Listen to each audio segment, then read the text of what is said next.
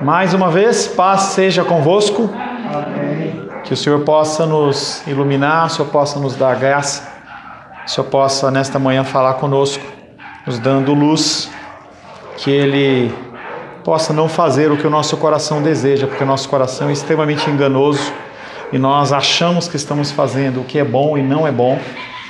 Eu lia hoje pela manhã Salmos... Que dia que é hoje? 15. Cadê o Salmo?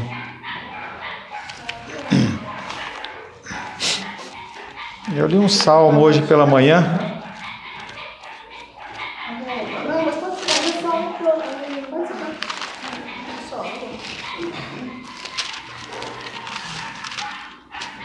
Salmos. Hoje é 16, né? Hoje é 15, desculpa. Quem, Senhor, habitará no seu tabernáculo? Quem há de morar no seu santo monte? O que vive com integridade e pratica a justiça e de coração fala a verdade. O que não difama com a sua língua, não faz mal ao próximo, nem lança injúria contra o seu vizinho. E o que tem os seus olhos por desprezível ou reprovável, mas honra os que temem ao Senhor. O que jura com dano próprio, que não se retrata e que não empresta seu dinheiro com usura. Quem deste modo procede, jamais será abalado. E aí, como é que a gente pode se encaixar nisso, né?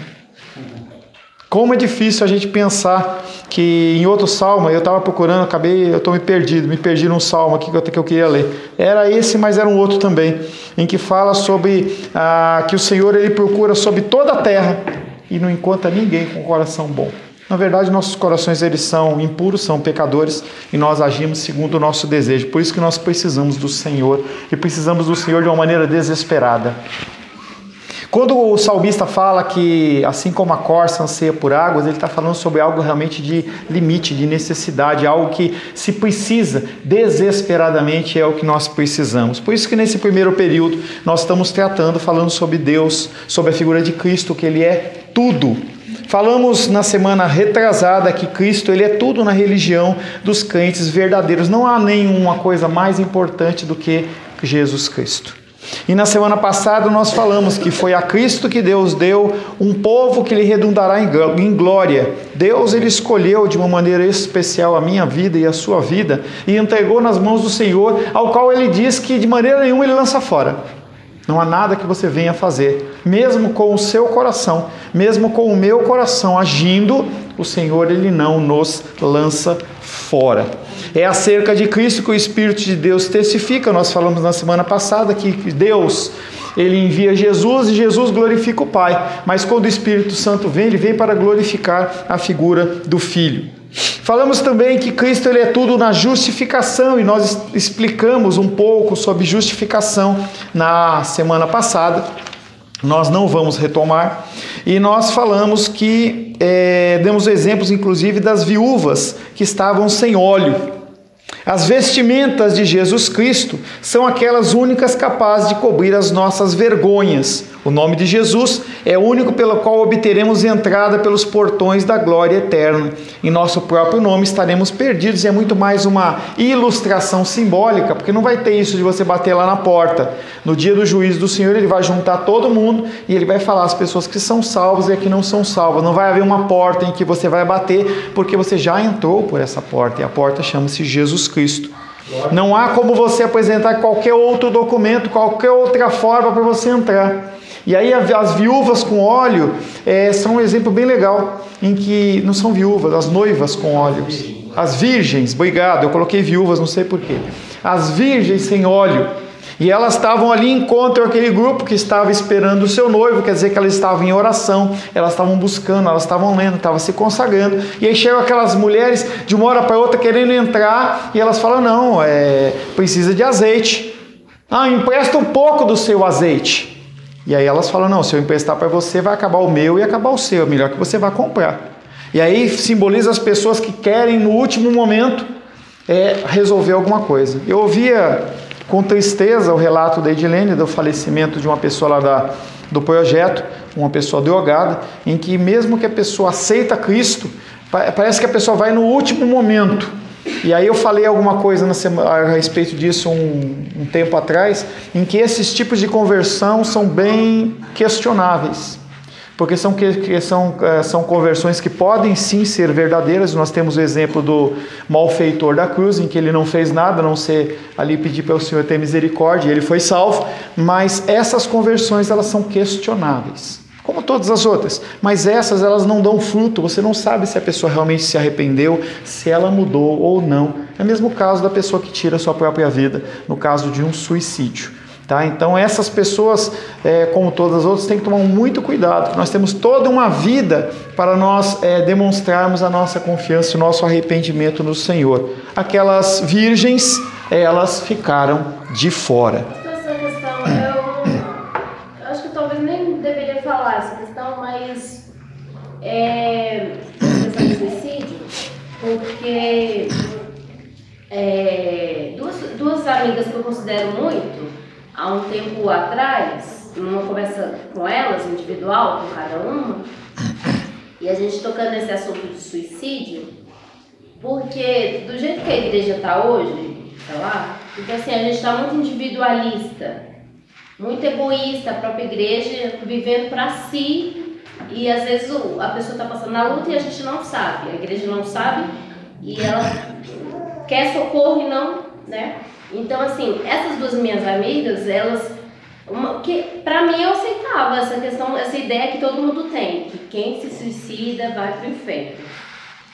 E até ano passado, não sei se vocês sabem, mas ano passado teve uns exemplos de pastores, uns 2 pastores homens, uma mulher, que se suicidaram e tudo. Então no meu evangelho também teve casos de pastores ano passado e tudo. E essas minhas amigas me questionaram, né, dessa ideia pronta que é sobre toda a sociedade, que quem suicida vai pro inferno. E elas falaram, né, que elas me questionaram essa questão do suicídio, falando que uma delas me falaram que é uma ideia que veio de Roma, né, esse conceito que quem se suicida vai pro inferno. Então assim, há uma coisa, a igreja está egoísta, sabe? Então assim, eu não sei, igual ninguém sabe, a gente leu ninguém sabe. Que a Jenny falou, que Deus, ele é incalculável. Então assim, às vezes uma ideia que a gente tem pronta, que há anos vem essa ideia, de séculos vem essa ideia que quem se suicida vai para o inferno. Então assim, eu não sei, sabe? Hoje, depois dessa argumentação dessas minhas amigas, 2 pessoas que eu considero, e eu vejo elas equilibradas, eu não sei se isso é porque a igreja está falhando. Querida, deixa eu acelerar, senão a gente vai ficar nesse negócio e não tem a ver com o texto. É que não tem a ver com o texto, tá? Mas entenda que suicídio não tem como você saber se a pessoa vai ou não vai para o inferno, não há uma determinação bíblica, não tem nada dizendo, mas a regra é, se uma pessoa tira a sua própria vida, ela vai para o inferno. Agora, se ela se converteu, qual que é o contexto, entendeu? Não tem nada a ver com Roma, porque Roma, tanto Roma como Grécia, eles partem do princípio em que você pesa as suas boas ações e más ações, não tem nada a ver com suicídio. Então, a pessoa que falou isso, falou sem conhecimento, tá? Suicídio, ninguém sabe se vai para o céu, se vai para o inferno, mas a regra é, se a pessoa tirou a sua própria vida e não houve um arrependimento, ela vai para o inferno. Porque ela tomou uma decisão de tirar a sua própria vida e nós não temos essa autoridade. Há uma palavra que diz especificamente se a pessoa tirar a Bíblia, a vida, ela vai para o inferno? Não, isso é uma convenção. Mas, entendeu? Não é algo que eu tenho como discutir, porque é uma coisa que não tem como eu saber. Eu sei da minha vida. Que a igreja está individualista, sim, porque a palavra de Deus diz que o amor de muitos se esfriaria. Isso é com certeza. Tá? E nós temos que mudar isso. Por isso que eu falo que as coisas mínimas nós temos que tentar fazer, que é ligar para uma pessoa, falar como é que ela está e trabalhar nesse sentido. Tá?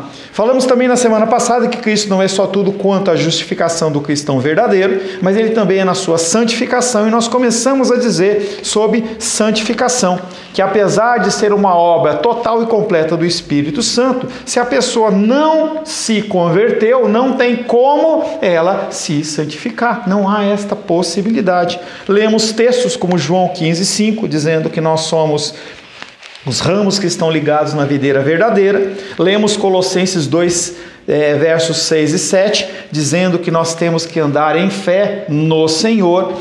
Lemos também em 2 Coríntios 3,18, que diz que a nossa glória, ela é a partir da ligação no Pai. E falamos que a verdadeira maneira de alguém desenvolver-se na graça consiste em fazer uso de Cristo como uma fonte das suas necessidades espirituais. Nós temos que ser ligados em Cristo para que nós possamos crescer. Sem Cristo, nós não crescemos.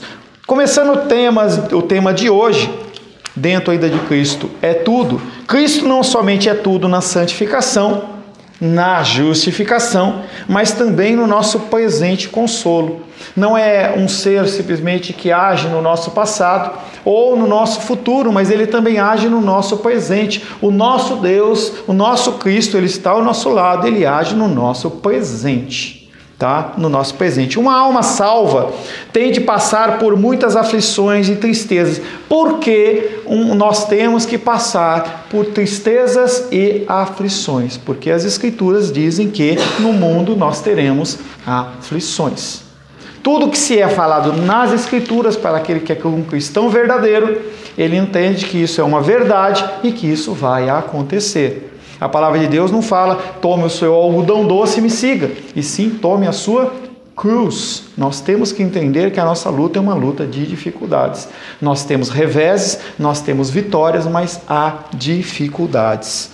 Um homem salvo tem coração tal como os outros. O meu coração como salvo é o mesmo coração do cara que anda na rua, como qualquer coração. E essas pessoas, como toda a humanidade, padecem dificuldades.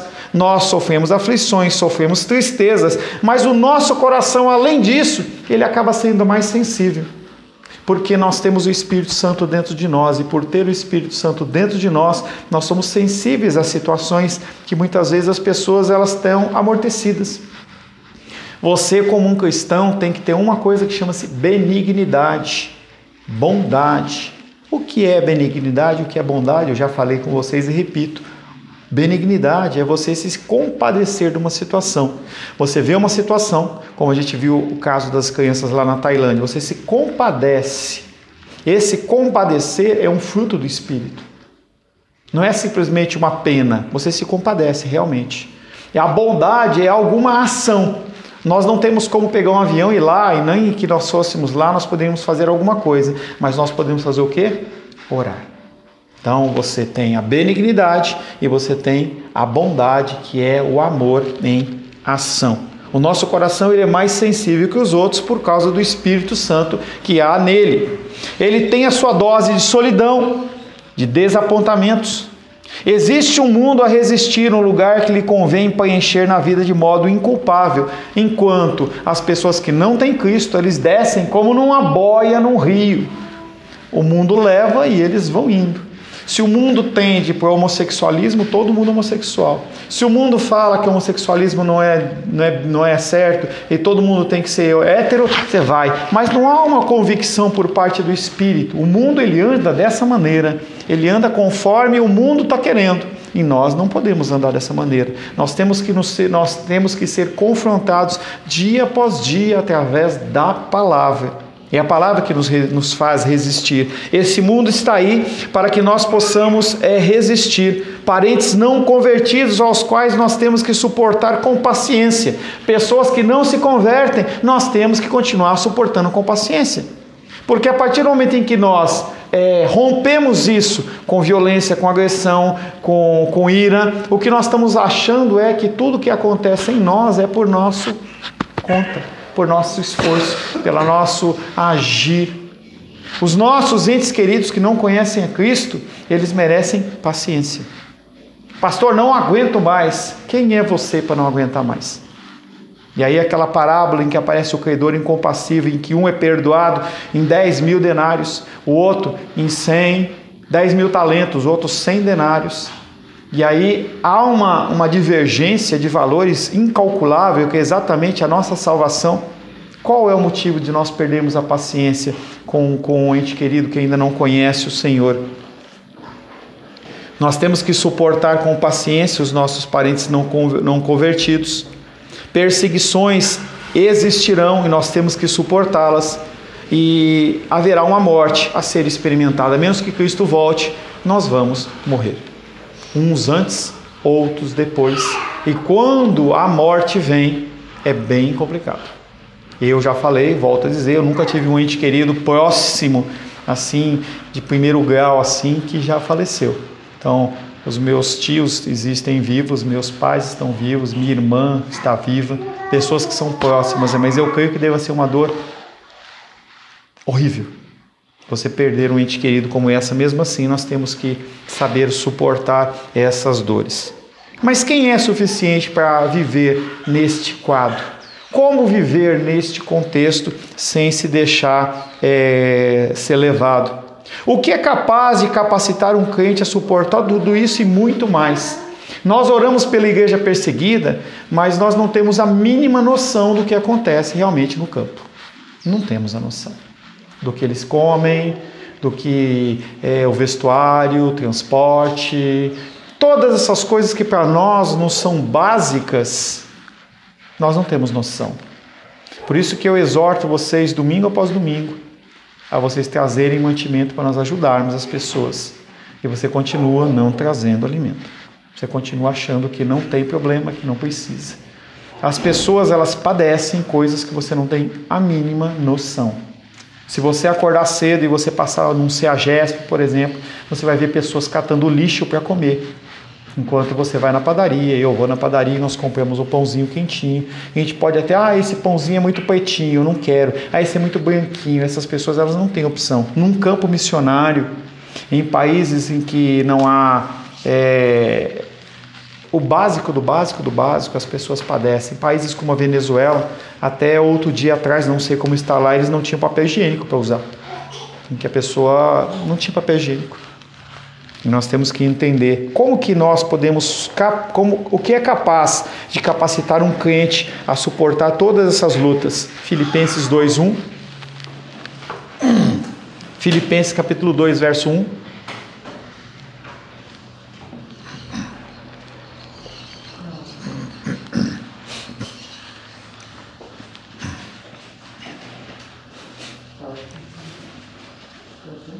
Se há, pois, alguma exortação de Cristo, alguma consolação de amor, alguma comunhão do Espírito, se há entranhados afetos de misericórdia. Só é? Só. Nada senão a consolação que encontra em Cristo.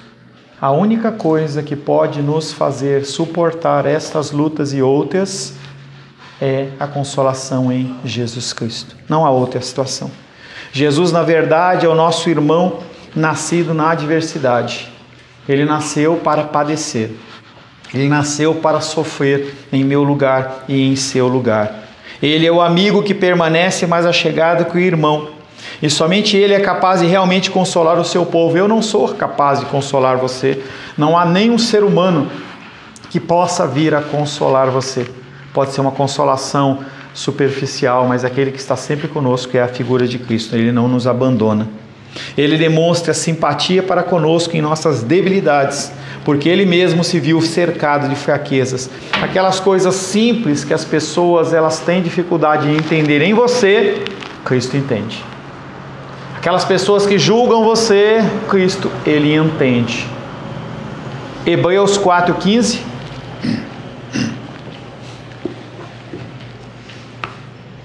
Felipe?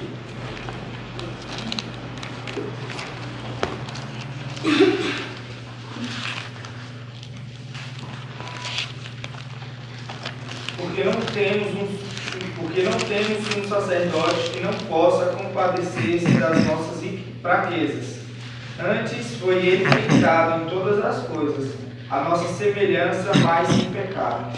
E aí ele levanta a figura de um sacerdote, um sumo sacerdote, que não é um ser qualquer, um ser que pode te julgar ou pode não entender o que você pensa ou o que você fala. Ele é um sumo sacerdote que ele é capaz de nos se compadecer das nossas fraquezas, porque ele foi tentado da mesma maneira, da mesma forma que nós. Ele sabe o que significa sofrer, porquanto foi o homem de tristezas. Isaías 53.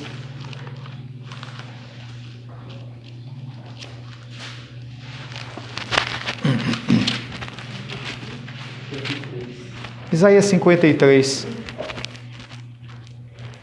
Quem creu em nossa pregação e a quem foi revelado o braço do Senhor?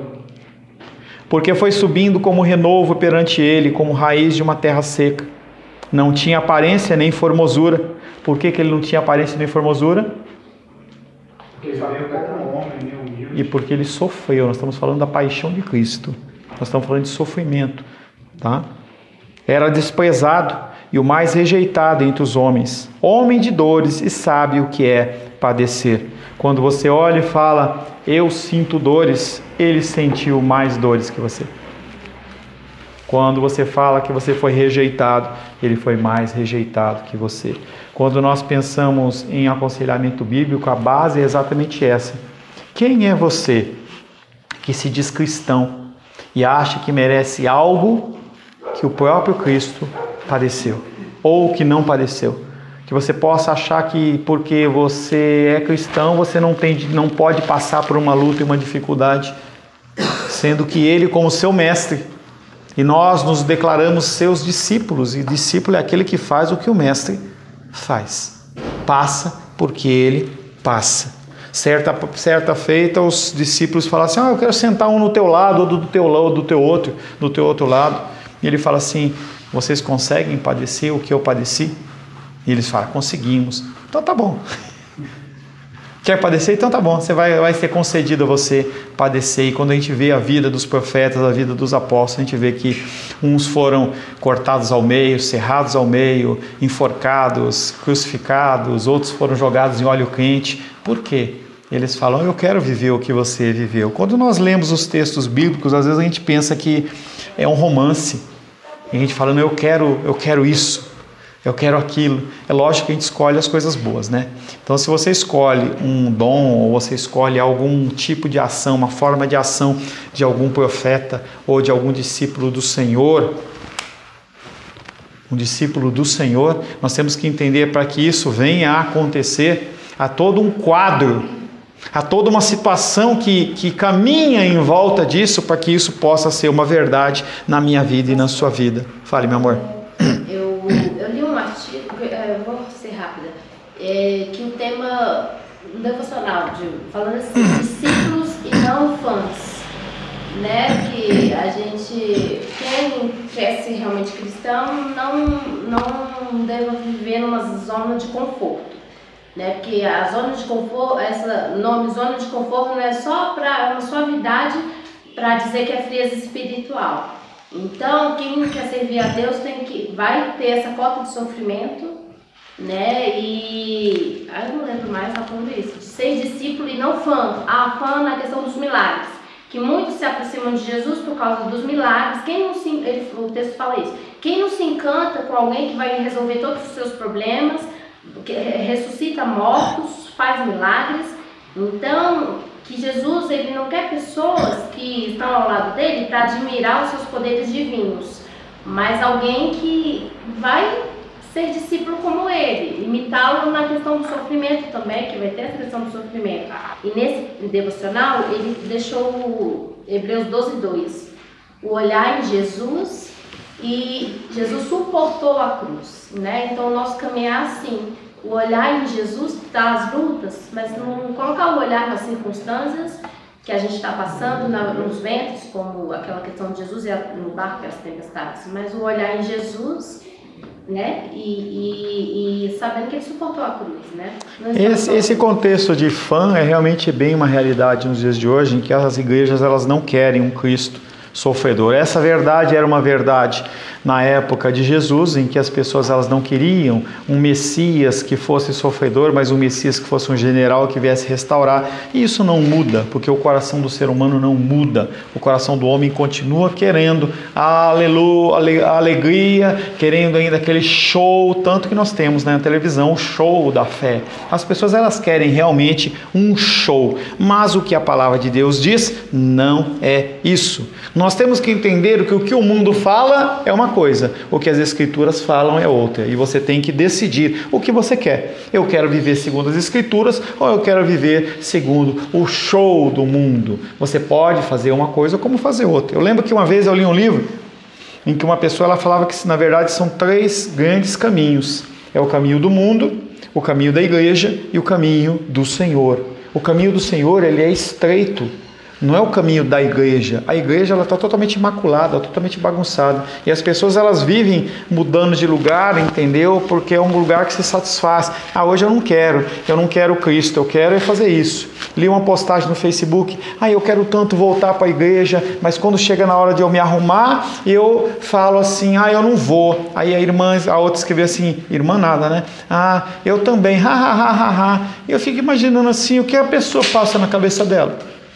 As pessoas elas querem simplesmente a satisfação do seu coração. Então, eu quero resolver uma tal coisa, fazer outra coisa. É algo que eu já falei para vocês. Dia do domingo não é dia de você passar roupa, não é dia de você ir para o clube, não é dia de você fazer absolutamente nada, a não ser ir para a casa do Senhor. Nós podemos resolver todos os nossos problemas de segunda a sábado. Tem aquela propaganda que fala Itaú 30 horas, Unibanco 30 horas, em que você tem 24 horas em casa e mais 6 horas na agência. A semana é para a gente resolver o que a gente quiser. Você pode fazer, pode sair, pode... Domingo não. E aí a gente vê que as pessoas elas mudam de ideia, acham que podem fazer...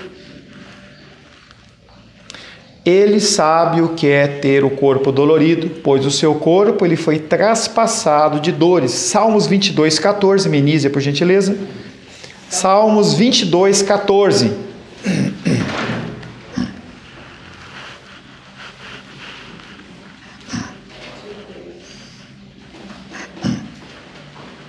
Derramei-me como água, e todos os meus ossos se desconjuntaram. Meu coração fez como cera, derreteu-se dentro de mim. Apesar do salmista ter escrito a respeito dele, ele também estava falando da figura de Jesus Cristo. O Senhor, ele se derramou como água. Não dá para nós imaginarmos o tempo, o momento da paixão, aquelas horas que se sucederam de escárnio, de abuso, de rejeição, tudo o que aconteceu, em que parte é relatada nas Escrituras e parte não o é. Parte não é. Entenda que as coisas que foram relatadas foram coisas que foram vistas pelos discípulos. E os que não foram vistos? Talvez você nunca tenha pensado nisso. Houve momentos em que os apóstolos eles não tinham acesso, em que eles não estavam vendo. E o que estava acontecendo nesses momentos? Que a gente sabe que o ser humano ele sabe ser cruel, em especial quando não está tendo uma autoridade ou alguém para ver. As coisas piores que tem, elas acontecem na calada da noite. Então eu creio que Cristo ele sofreu muito, muito, muito, muito mais do que nos é relatado mesmo num filme do Mel Gibson, em que a gente vê aquelas cenas. Tá? Entenda que quando você começa a olhar, entendeu, os artifícios que eram feitos para ferir, eles pegavam aqueles chicotes e na ponta eles colocavam anzóis, colocavam pedaços de metal. Então os pedaços de carne que saíam da carne do Senhor, saíam mesmo. Quando entrava na carne, ele não puxava com cuidado, ele arrancava, aqueles nacos, eles saíam em pedaços de carne. Então devia ser uma dor excruciante. Entendeu? Juntando com suor, juntando com coisas que eles podem ter jogado nas feridas. A gente sabe que às vezes a gente corta o dedo assim, cai um pouquinho de água, a gente, imagina o que foi feito no escondido. Ele sabe o que é sofrer por causa da falta de gentileza dos familiares também, porquanto seus próprios irmãos não criam nele. Aquelas pessoas que eram seu sangue não criam nele. Maria não cria nele.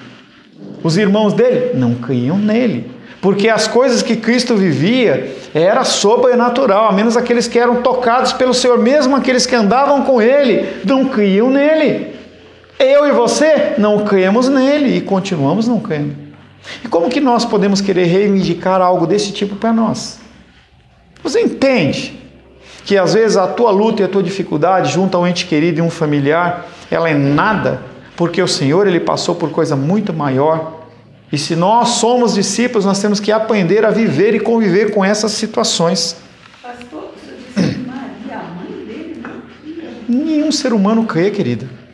A mãe? Ninguém crê. Não é mãe, não tem diferença. Não tem diferença se é mãe, se é pai, se é tio. O ser humano não crê. Eu citei a figura dela como uma figura forte, exatamente para criar o choque, porque nenhum ser humano crê. Nenhum ser humano crê. É um exemplo que eu sempre dou nos cursos, as pessoas não gostam de ouvir.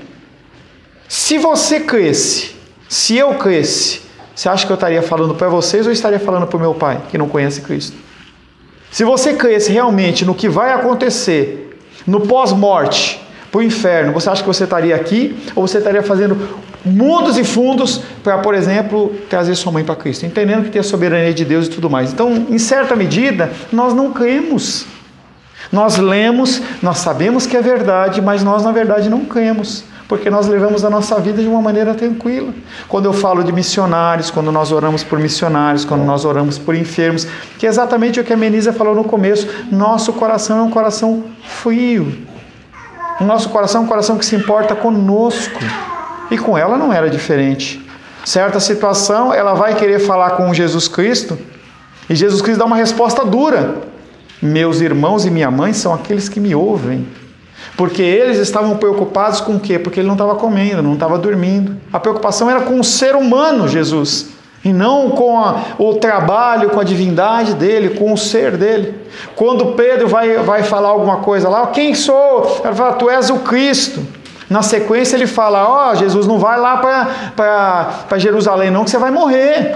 E Jesus, da mesma maneira que fala que ele é bem-aventurado e fala sobre toda uma igreja que seria estruturada em cima da figura dele, ele chama ele e fala assim, arreda-te de mim, Satanás, porque você não sabe do que você está falando, você está querendo me dissuadir dos meus caminhos. Então nós não cremos nele. Sim, pastor, mas quando o anjo, né? São situações diferentes.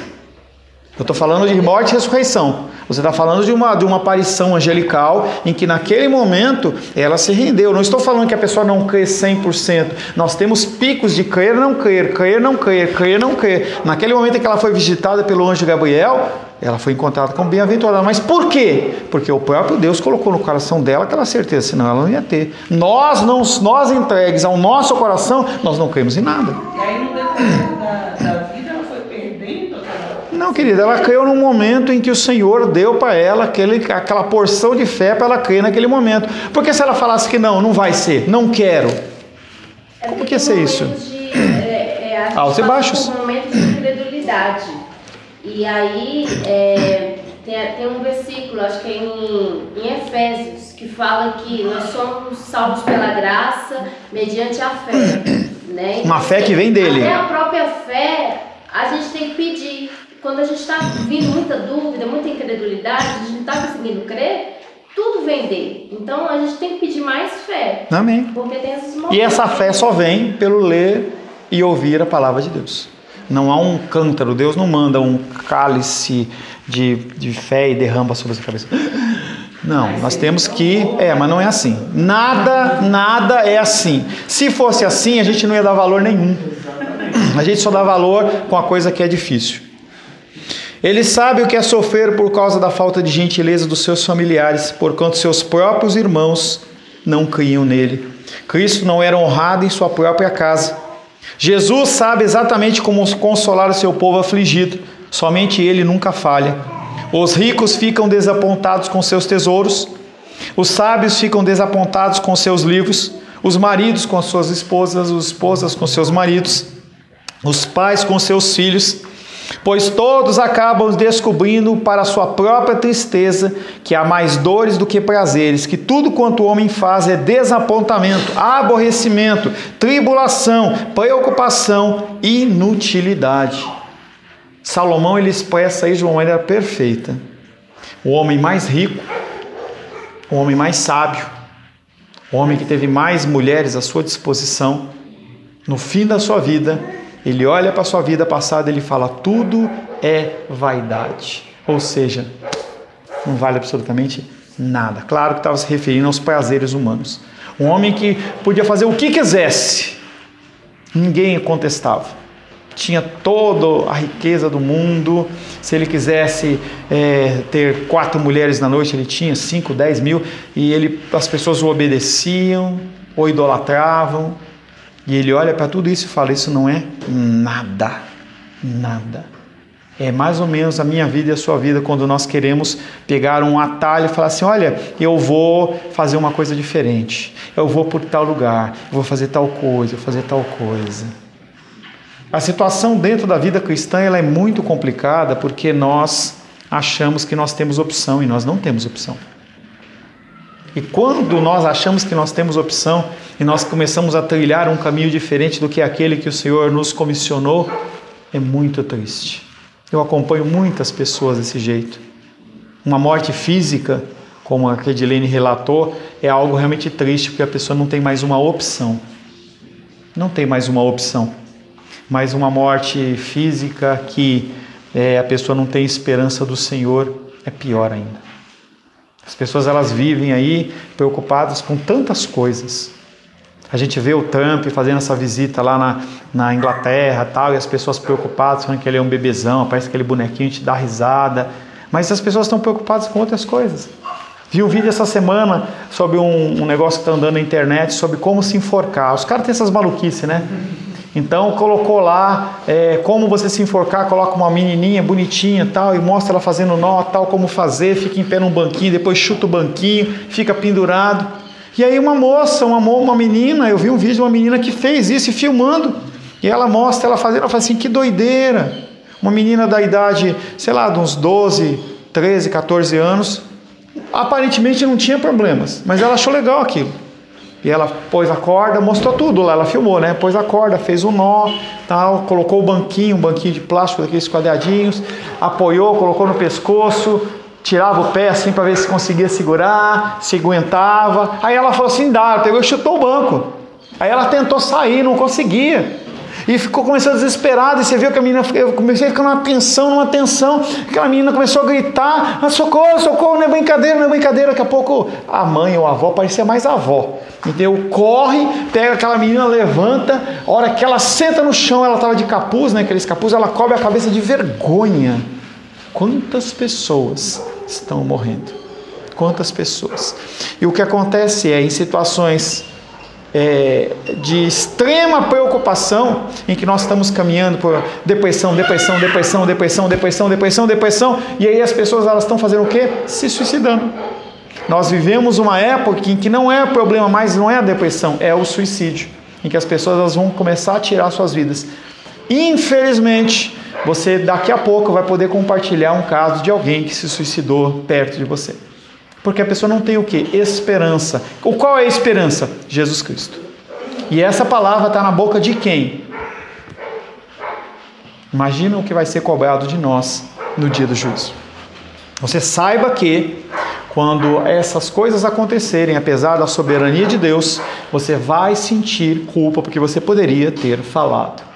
Aquele homem que morreu lá na favela, não sei qual o contexto que ele morreu, sei que ele estava drogado, mas de certa maneira ele se suicidou de uma forma lenta. Não sei se realmente houve um arrependimento, isso é com o Senhor, mas talvez você esteja se matando com doce, talvez você esteja se matando com álcool, com qualquer coisa. Eu vejo as pessoas olhando para a alimentação e eles não têm nenhum tipo de zelo com a alimentação deles. Dei uma dura num pastor amigo meu, estou com diabetes. Eu falei assim, parece que você está falando que é uma coisa honrosa.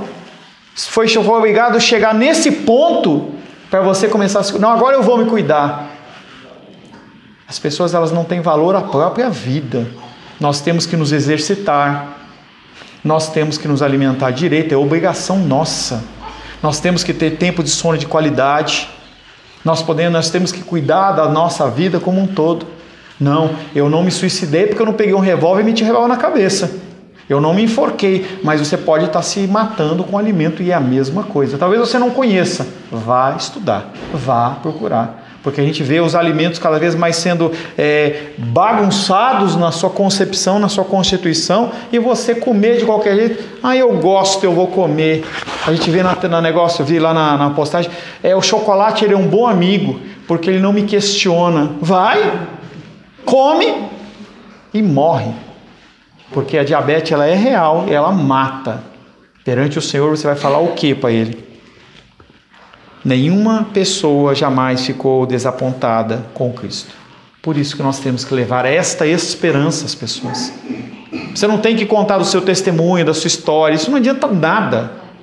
Não adianta nada. O que adianta é você falar das palavras de vida eterna. E as palavras de vida eterna estão apenas na figura de Jesus Cristo. Amém? Palavra dura, mas é necessária para que nós possamos nos posicionar.